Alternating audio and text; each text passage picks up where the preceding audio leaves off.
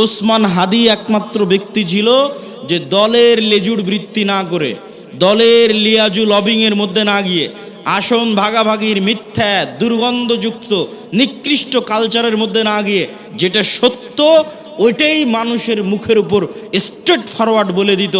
আর এই রকম একজন মেরুদণ্ডওয়ালা, যার মেরুদণ্ড আছে, যে স্ট্রেট ফরওয়ার্ড সত্য এবং ন্যায় বলতে পারে জ্ঞানের সাথে বুদ্ধিমত্তার সাথে, এটাই নেতা, এটাই নেতা তৈরি হওয়ার রাস্তা। আর এই রকম একজন মেরুদণ্ডওয়ালা সত্যবাদী ন্যায়পরায়ণ নেতা ওই রকম লাখো দুর্নীতিগ্রস্ত নির্বাচিত এমপির চেয়ে পাওয়ারফুল। এবং ওই পাশ্চাত্যের আর আমাদের পাশের দাদাবাবুরা তারা পর্যন্ত ভয় পায় এই রকম নেতাকে। কেন? ওই যে দুর্নীতির মধ্যে দিয়ে যে নেতা উঠে এসেছে, ওকে টাকা দিয়ে কিনে নেওয়া যাবে। ভারতও ওকে কালকে টাকা দিয়ে কিনে নিতে পারবে, আমেরিকা ওকে কালকে টাকা দিয়ে কিনে নিতে পারবে। ওকে তোমার যত দুর্নীতি করার ইচ্ছা করো, টাকা পাচার করে নিয়ে আমার দেশে চলে আসো, আমি যা বলবো তাই শুনবা। তো ও যেহেতু এই দুর্নীতির প্র্যাকটিসের মধ্যেই বড় হয়েছে, তো কোনোদিন দেশের পক্ষে কাজ করবে না, অন্য দেশের গোলামি করবে, অন্য দেশের গোলামি করবে। তাহলে গোলামি থেকে বাঁচার জন্য একটা প্রজন্ম তৈরি করতে হবে আপনাদের, যে প্রজন্ম হবে সত্যবাদী ন্যায়পরায়ণ, মিথ্যা এবং অন্যায়ের সংস্পর্শে যায়নি। মেরুদণ্ড বিক্রি করবে না টাকার কাছে। আপনি মাপবেন কেমনে যে আমি সত্যবাদী ন্যায়পরায়ণ কিনা? আপনি নিজেকে জিজ্ঞেস করেন যে আপনি আপনার পিতার সম্পত্তিতে আপনার বোনকে ন্যায়ের সাথে সম্পদ দিয়েছেন কিনা? আপনার পিতা আপনার দাদার সম্পত্তিতে আপনার ফুফুকে ন্যায়ের সাথে সম্পদ দিয়েছে কিনা?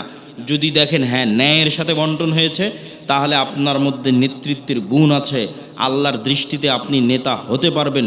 আরও বাকি গুণগুলো অর্জন করলে পূর্ণ নেতা হবেন, কিন্তু মোটামুটি এই গুণটা আছে। আর যদি দেখেন যে না, আপনি ন্যায়ের সাথে বন্টন করতে পারেননি, আপনি নিশ্চিত জেনে রাখেন, আপনি নিশ্চিত জেনে রাখেন আজকে আপনি আপনার স্ত্রীর সাথে ন্যায় করতে পারেননি, আজকে আপনি আপনার বোনের সাথে ন্যায় করতে পারেননি, আজকে আপনি আপনার পিতা মাতার সাথে ন্যায় করতে পারেননি।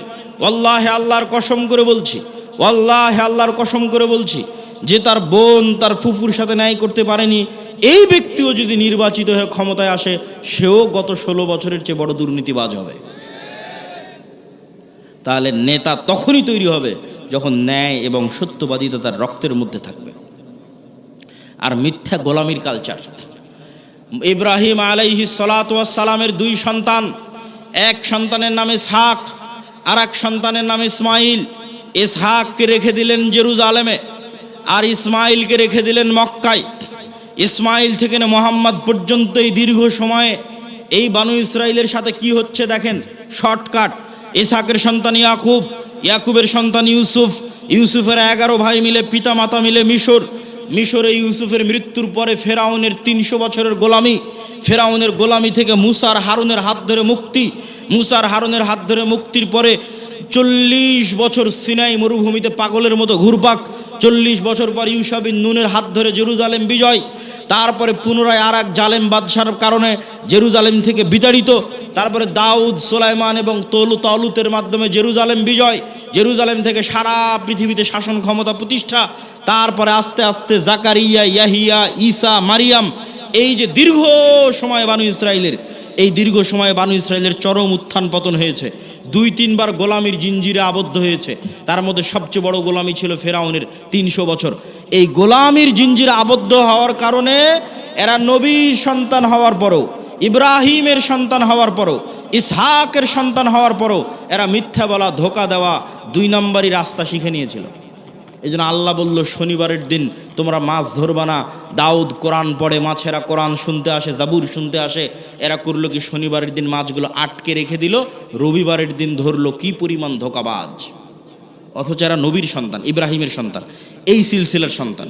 আর এইদিকে এই যে ইসমাইল থেকে মুহাম্মদ পর্যন্ত এই লম্বা সময়, সেম টাইম, এই লম্বা সময়ে মক্কায় কোনো নদী নাই, মক্কায় কোনো ফল ফসল উৎপাদন হয় না, মক্কা কোনো বড় ব্যবসায়িক কেন্দ্র নয়, মক্কা কোনো বড় রাজনৈতিক কেন্দ্র নয়। ফলত বিশ্বের কোনো পরাশক্তি, না রোমান না পারস্য, কেউ মক্কা দখল করেনি।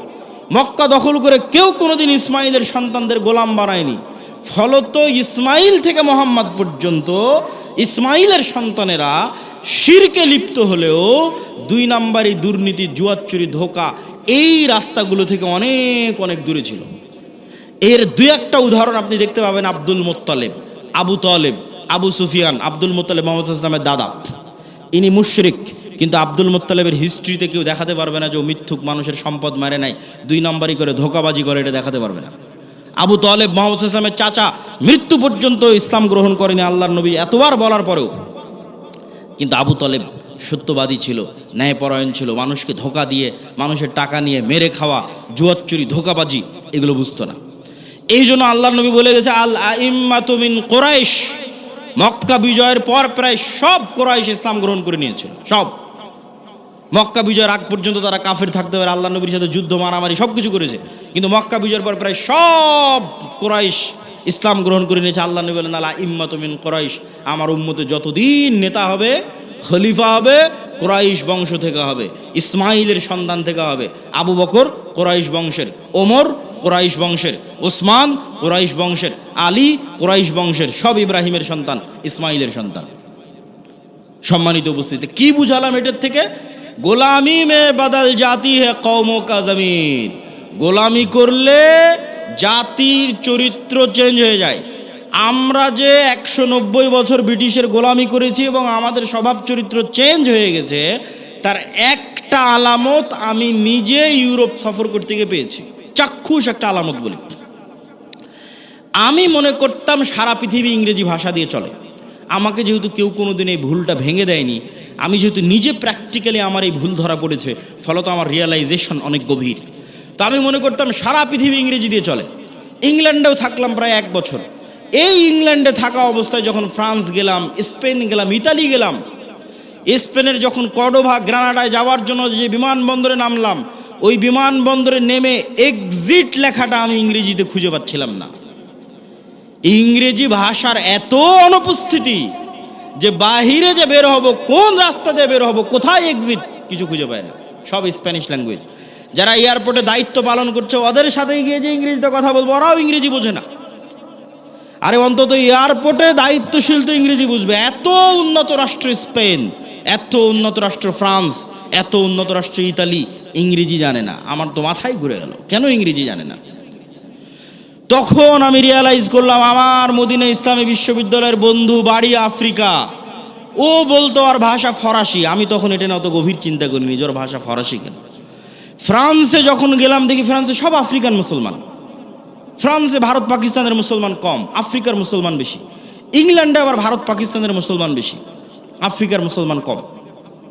তখন সব রহস্য ভেদ হয়ে গেল যে ওর ভাষা কেন ফরাসি আর আমার কাছে কেন ইংরেজির এত গুরুত্ব, জন্মগত কেমনে অটোমেটিক। সবাই আমাদের দেশের মানুষ জানে যে ইংরেজি অনেক গুরুত্বপূর্ণ ভাষা, অথচ ইউরোপের অধিকাংশ দেশ ইংরেজির কোনো ভ্যালুই নাই, দামই নাই। ওরা এতটা অহংকারী, ফ্রান্স, ইতালি, স্পেন, জার্মান এতটা অহংকারী, ওরা ইংরেজি শিখবেই না। তাহলে আমি কেমনে জন্মগত মেনে বুঝে নিলাম যে ইংরেজি গুরুত্বপূর্ণ? এটাই 200 বছর যে আমরা ব্রিটিশের গোলামি করেছি, গোলামি মে বদল জাতি হে কওমো কা জমির, আমরা নিজের অজান্তেই ওর গোলামির প্রভাব বহন করতেছি। আমি আব্দুল্লাহ নিজের অজান্তেই, আমার পূর্বপুরুষ 190 বছর ব্রিটিশের গোলাম ছিল, তার প্রভাব আমি আমার অজান্তে বহন করতেছি। আর আমার ওই বন্ধু যে আফ্রিকায় বাড়ি, ও ওর অজান্তে ইউরোপীয় উপনিবেশের গোলামির চিহ্ন বহন করতেছে। ঠিক এই যে আপনি দেখতেছেন মুসলমানেরা মারামারি, কাটাকাটি, এই যে গণতন্ত্রের কালচার টিকিয়ে রাখা আছে, যেন এখানে আর সুদের কালচার টিকিয়ে রাখা আছে, যেন একটা মুসলমান নেতা সত্যবাদী, ন্যায়পরায়ণ বের হয়ে আসতে না পারে, সব যেন মিথ্যুক আর দুর্নীতিবাজ বের হয়। এই জন্যই গণতন্ত্র দিয়ে রাখা আছে, এই জন্যই সুদী ব্যবস্থা দিয়ে রাখা আছে। কেননা এই কালচারের মধ্যে থাকলেও মিথ্যুক দুর্নীতিবাজ হবে। আর 190 বছর ব্রিটিশের গোলামিতে ওটাই শিখেছে। কেননা গোলাম তো একটা রুটির জন্য মারামারি করে, গোলাম একটা রুটির জন্য আরেকজনকে হত্যা করে দিতে পারে। তাহলে এই যে গোলামির কালচার, এই গোলামির কালচার যতক্ষণ আপনি না ভাঙবেন, যেটা আমরা বহন করছি আমাদের অজান্তে ব্রিটিশদের গোলামির কারণে, যেমনটা বানু ইসরাইলরা ফেরাউনের গোলামি থেকে শিখেছিল, এই কালচার আমাদের ভাঙতে হবে। এই কালচার যতক্ষণ না ভাঙতে পারবেন, নেতা হতে পারবেন না। সত্যবাদী, ন্যায়পরায়ণ হন, ইসমান হাদির মতো অটোমেটিক নেতা হয়ে যাবেন। আর এই গণতন্ত্রের কালচারে এইরকম সত্যবাদী ন্যায়পরায়ণ নেতা সহ্য করার মতো ক্ষমতা এই আধিপত্যবাদী দখলদারি শক্তির নাই, ফলত গুলি করে উড়িয়ে দিবে। সম্মানিত উপস্থিতি, পয়েন্ট নাম্বার 3, আমাদের 1 নাম্বার পয়েন্ট ছিল অর্থনৈতিক মুক্তি লাগবে গোলামি থেকে মুক্তির জন্য। 2 নাম্বার পয়েন্ট ছিল সত্যবাদী ন্যায়পরায়ণ হতে হবে। পয়েন্ট নাম্বার 3, ইমান বিল গায়েব এবং গায়েবী মদদ।